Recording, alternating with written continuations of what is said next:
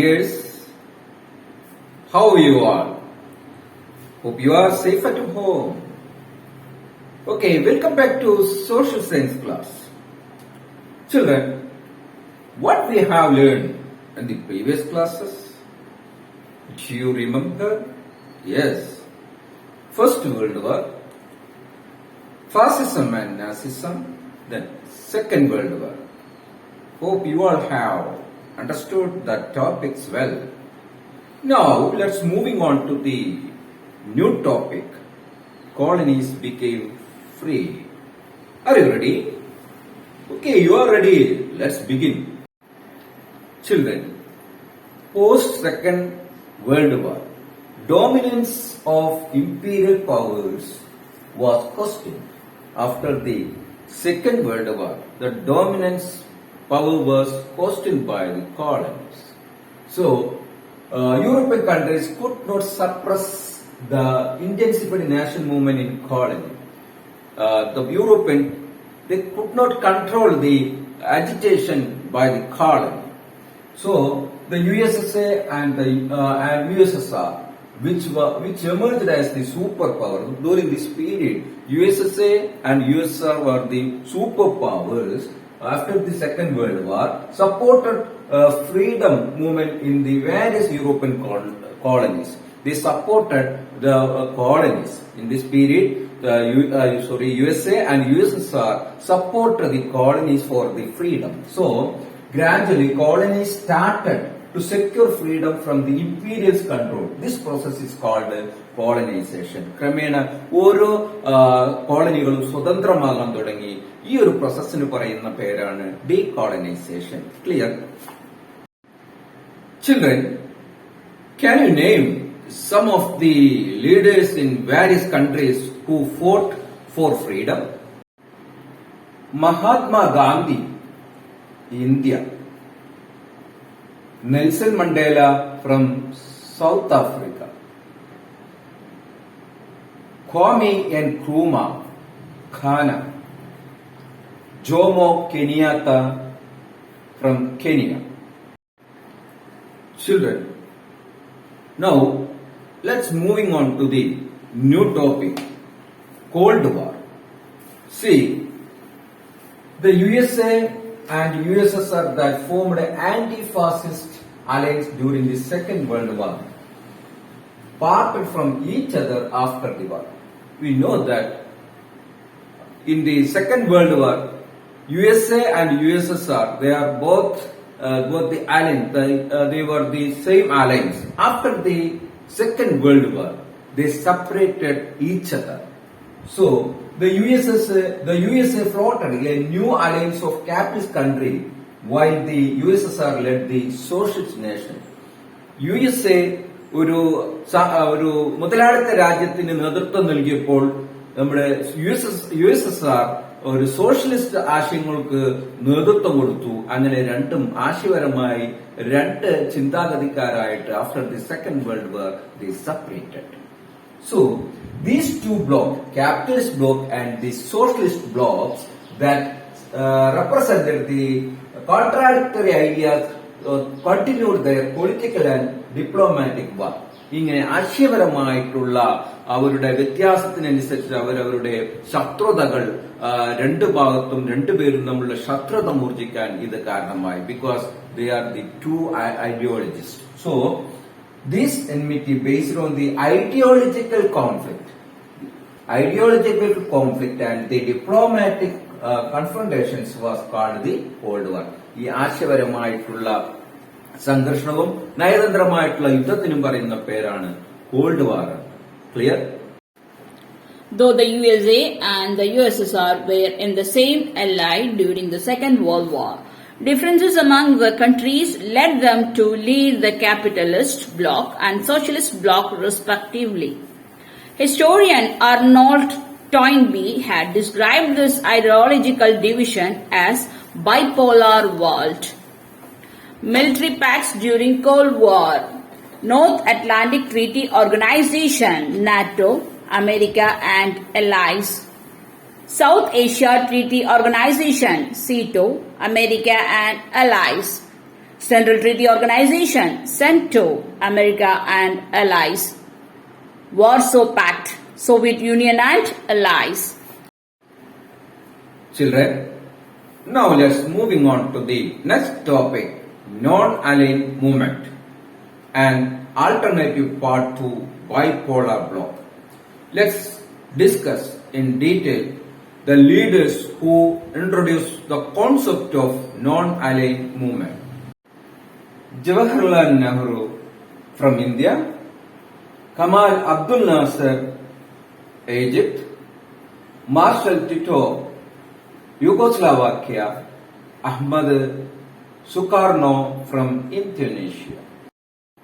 Children, what is non-aligned movement? Let's discuss in detail. See, following the Second World War, many Asian, African and Latin American countries became independent. We know that after the post-World War, Second World War, many of the Asian, African and Latin countries were independent. So, they realized that Cold War was yet another phase of imperialism and that would be threatened world peace. അവർക്ക് മനസ്സിലായി ഈ സ്വതന്ത്രമായിട്ടുള്ള രാജ്യങ്ങൾ നാഷൻസുകൾ അവർക്ക് മനസ്സിലായി ഈ called വാർ അതായത് രണ്ട് ധ്രുവങ്ങളായിട്ടുള്ള USSയും അതുപോലെ തന്നെ USSRന്റെയും ഈ ഒരു കോൾഡ് വാറിലൂടെ അല്ലെങ്കിൽ രണ്ട് ആശയപരമായിട്ടുള്ള ഐഡിയോളജി രാജ്യത്തിന് ആപത്താണെന്ന് they realized. So listen, they understood that the rise of superpowers for weapons and the stronger military force would pose harm to them.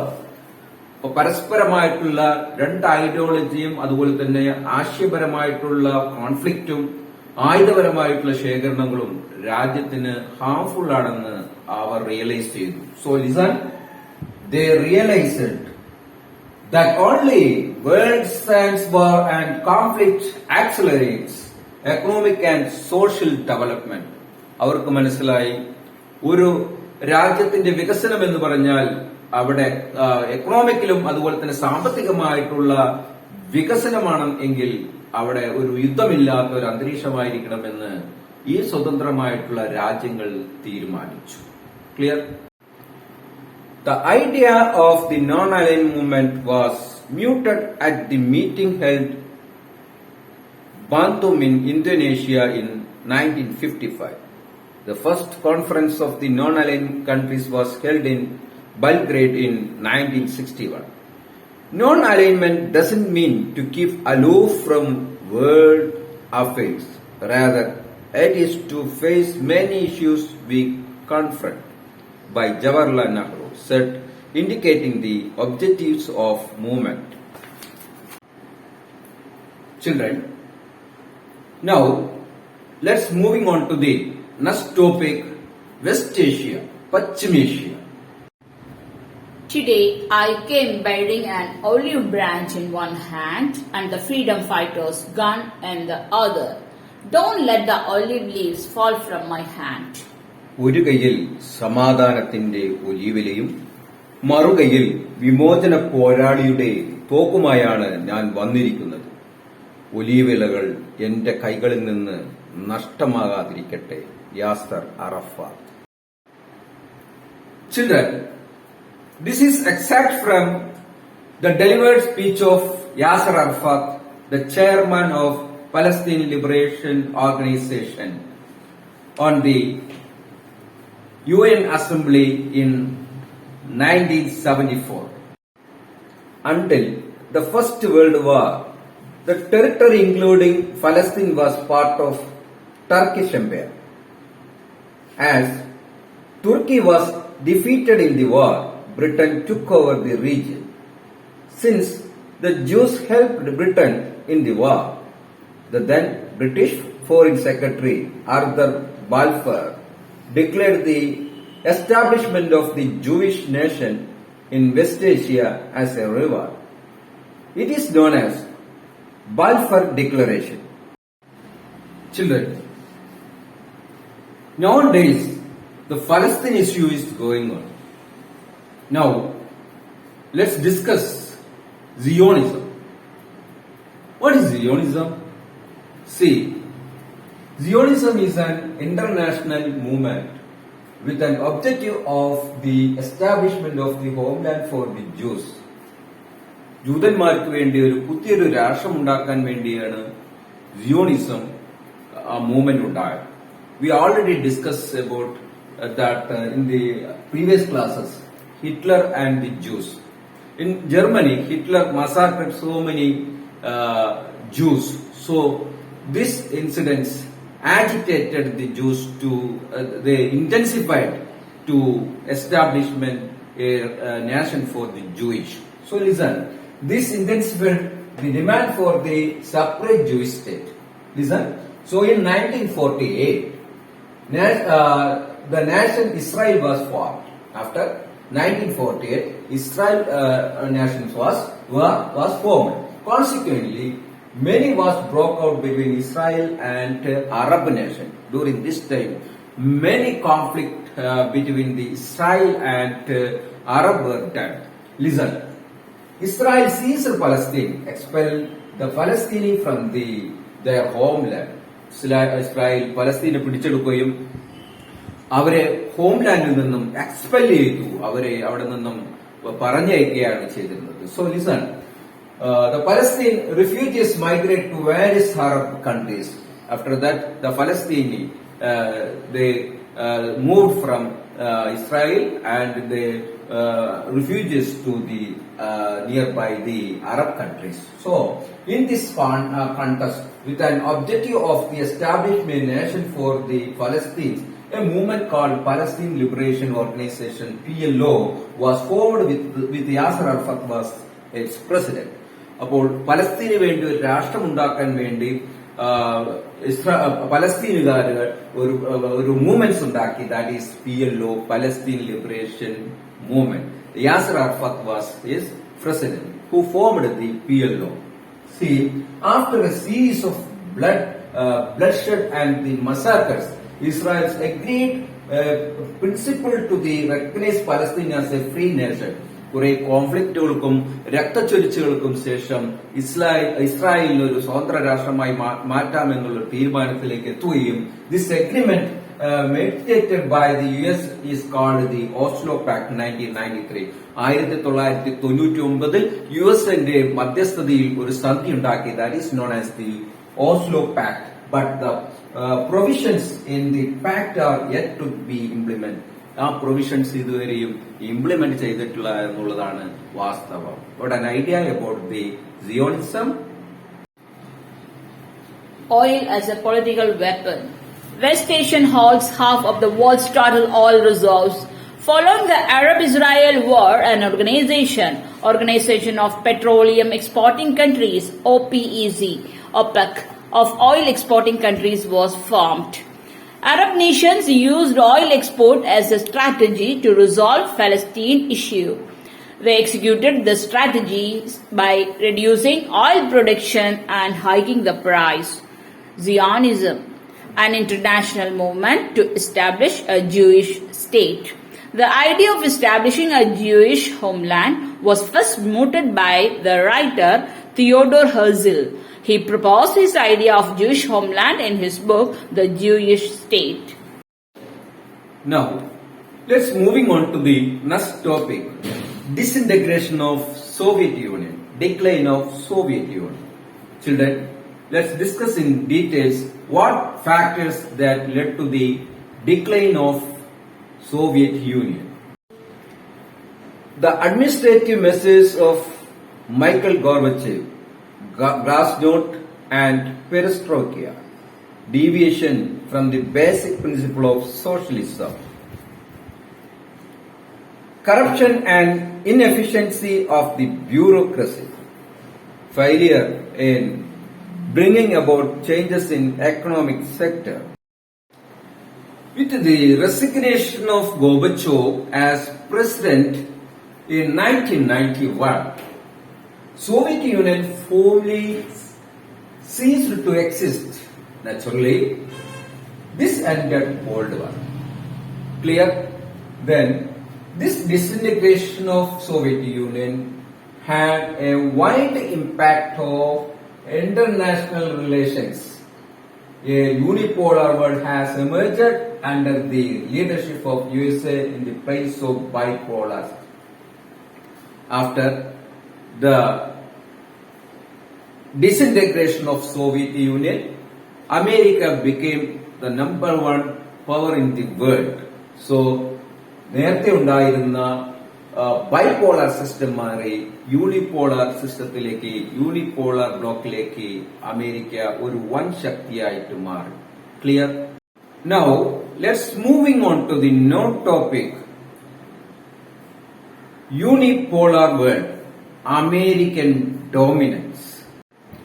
America emerged as a global power and center of world political following the disintegration of Soviet Union. This is called unipolar world order. Several strategies were adopted by America to establish its dominance over the world. Utilizing international agencies, America provided financial and military aids to countries of the world, extended military alliances. Media were used to promote American vested interest. It was American imperialist policy that paved the way for the Gulf War. America utilized their military facilities and technological progress in this war. However, movements have taken roots in different parts of the world to protest against the supremacy of America. Now, let's moving on to the next topic, neo-imperialism, Nava Samraj. Children, after the Second World War, a new kinds of imperialism emerged. Multinational companies, which are registered in a country and functioning in many countries. So children, what is multinational company? Multinational company which are registered in a country and functioning in many countries. Clear? Then began to interfere in the economic, social and cultural sector of the latter for serving the interest of capitalist countries. This is known as the neo-imperialism. Neo-imperialism എന്ന് പറഞ്ഞാൽ പുതിയ നവസാമ്രാജ്യത്വം എന്നാണ്. Multinational company emerged ആയി. Multinational company എന്ന് പറഞ്ഞാൽ ഒരു രാജ്യത്ത് register ചെയ്യുകയും അത് മറ്റുള്ള രാജ്യങ്ങളിൽ പ്രവർത്തിക്കുകയും ചെയ്യുന്നതിനാണ് മൾട്ടിനാഷണൽ കമ്പനി എന്ന് പറയുന്നത്. ഇങ്ങനെ മൾട്ടിനാഷണൽ കമ്പനിയുടെ രംഗപ്രവേശനം മൂന്നാം ലോക രാജ്യങ്ങളിലേക്ക് അത് വ്യാപിക്കുകയും അവരുടെ സംസ്കാരവും അതുപോലെ തന്നെ കൾച്ചറും എക്കണോമിക് സിസ്റ്റത്തെയും അവർ സ്വാധീനം ചെലുത്താൻ തുടങ്ങുകയും ചെയ്തു. This is known as the neo imperialism. The multinational companies competed with one another to control the resources and assets of the third world countries. They prompted consumerism in third world countries to sell their products. Developing nations were considered as the market for the multinational companies. In fact, the product of developed nations started reaching even the village of developing nations. Due to the pressure from multinational product and marketing strategies, the economic of many countries started to collapse. Now let's moving on to the next topic, new economic policies, that is globalization, privatization, liberalization. Now let's discuss in detail. Liberalization. Adoption of liberal regulations and tax system to facilitate the import of multinational product to domestic market. Privatization. Privatization of public sector undertaking in an attempt to promote private sector. Globalization. Economic system of the country linked to global economy. The interest and motives of the multinational companies protected. Competition-driven market came into existence. Trans-border flow of products, services, raw materials, capital, interest technology and human resources facilitated. International organizations such as World Bank, International Monetary Fund, World Trade Organization, etc. are devising and executing various policies in favor of globalization. ഇതെല്ലാം ഗ്ലോബലൈസേഷന്റെ ഭാഗമായിട്ടാണ് world bank, അതുപോലെ തന്നെ international monetary fund, world trade organisation etcetera are the executing various policies in favor of globalization ഭാഗമാണ്. Listen, that globalization offered many opportunities and possibility around the world. The transfer of goods, products and services beyond boundaries and dissemination of the information technology shaped the concept of global village. അങ്ങനെ നമ്മുടെ നാട്ടിൽ ഗ്ലോബലൈസേഷന്റെ ഫലമായി ലോകത്തിലുള്ള എല്ലാ വസ്തുക്കളുടെയും ഒരു ഒഴുക്ക് നമ്മുടെ നാട്ടിൽ വരാൻ തുടങ്ങി. വികസ്വര രാജ്യങ്ങൾ അല്ലെങ്കിൽ ഡെവലപ്പിംഗ് കൺട്രിയിലേക്കും ഈ ഒരു ആഗോള വൽക്കരണത്തിന്റെ ഭാഗമായി സാധനങ്ങളുടെ ഒഴുക്ക് തുടങ്ങി. ഇത് വില്ലേജുകളിലും എത്തിത്തുടങ്ങി. അതുകൊണ്ടാണ് ഇതിനെ ഗ്രാമ ഗ്ലോബലൈസേഷൻ അല്ലെങ്കിൽ വില്ലേജ് ഗ്ലോബലൈസേഷൻ എന്ന പേരിൽ അറിയപ്പെടുന്നത്. Okay. So, however, globalization posed some challenges in developing countries.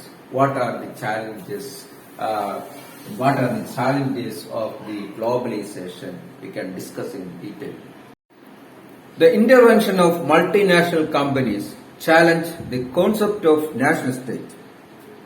ദേശരാഷ്ട്രം എന്ന ആശയത്തിന് ബഹുരാഷ്ട്ര കമ്പനികളുടെ കടന്നുകയറ്റം വെല്ലുവിളികളായി.